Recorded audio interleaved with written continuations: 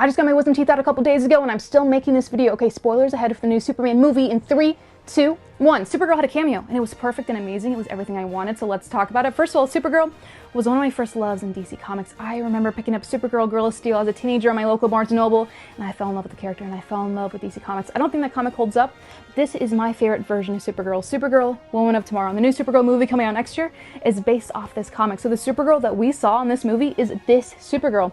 Now, Supergirl is not a gender-bent Superman. She is her own character and deserves her own respect. Now, Clark came to Earth as a baby and only knows Earth. Kara grew up on Krypton and watched her entire world end. She watched her entire planet die and everybody she knew die with it.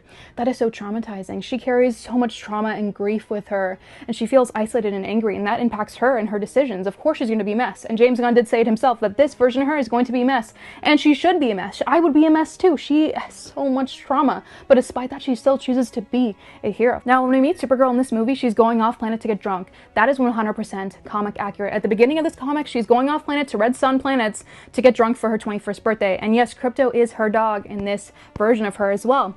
It also establishes her relationship with the galaxy because she grew up going to different planets and traveling as a kid, unlike Clark, who just grew up on Earth. I don't think he was traveling as a teenager intergalactically. So it just really shows that she just grew up in a very different circumstance and a very different culture than Clark. From the few moments that we saw her, I knew that this was the Supergirl. Millie Alcock is going to be the best live action version of Supergirl, hands down. Now let's talk about the CW Supergirl show. I do not like that show. I just think they gave her Superman storylines and personality, and it just wasn't for me. Now, if you're a fan, no shade. Do not let anybody make you feel bad for being a fan of that show. I watched the first season. There's so much to enjoy and love.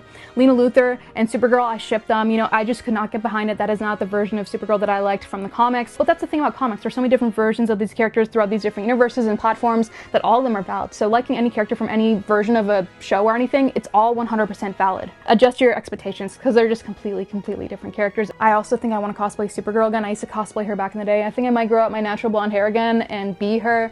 I love her costume. I love the Kingdom Come logo. It just, everything is fantastic and flawless. Oh my god. I'm just so happy right now to be a Supergirl fan. Like, this is everything I wanted and more. Anyway, I was mumbling a bit in this video and my face might be a little bit puffy because I just got my wisdom teeth out a couple days ago, but it is what it is. Thank you so much for watching, and check out Supergirl, Woman of Tomorrow.